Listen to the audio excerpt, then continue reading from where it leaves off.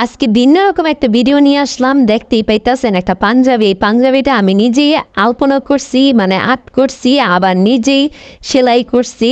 তো এই পাঞ্জাবিটা আমার হাজব্যান্ডের না, কেউ আবার ভুল বুঝবেন না, এটা আমার ননদের জামাইয়ের। তো এই পাঞ্জাবিটা আমাকে করতে দিছে, অনেক দিন হয়েছে, কিন্তু অলসতার কারণে করি নাই। তো এখন কাজ শেষ হওয়ার পরে আমি এখন আবার একটু স্টোন বসাইতেছি, দেখতেই পাইতেছেন আফা দিয়া। যদিও পাত্তি বসাইতে চাইছিলাম, কিন্তু যেই পাত্তিটা চাইছিলাম সেই পাত্তিটা পাই নাই, সেজন্য আমি স্টোন বসাই দিতেছি। জানি না কি বলে, কিন্তু একটা দুঃখের বিষয় কি জানেন, পাঞ্জাবিটা করতে যায় না, একদিকে একটু ফুটো হয়ে গেছে।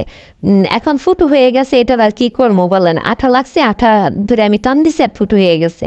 এখন ওইটার ওইভাবে রেখে দিছি।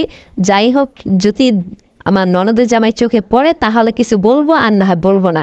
তো কে কে হাতের কাজ করতে পছন্দ করেন বলবেন অবশ্যই। আমি কিন্তু ভীষণ পছন্দ করি, যদিও আগের মতো এখন আর করি না। এখন খুবই কম, মানে খুবই কম। অনেকদিন পরে পাঞ্জাবিটা তৈরি করলাম।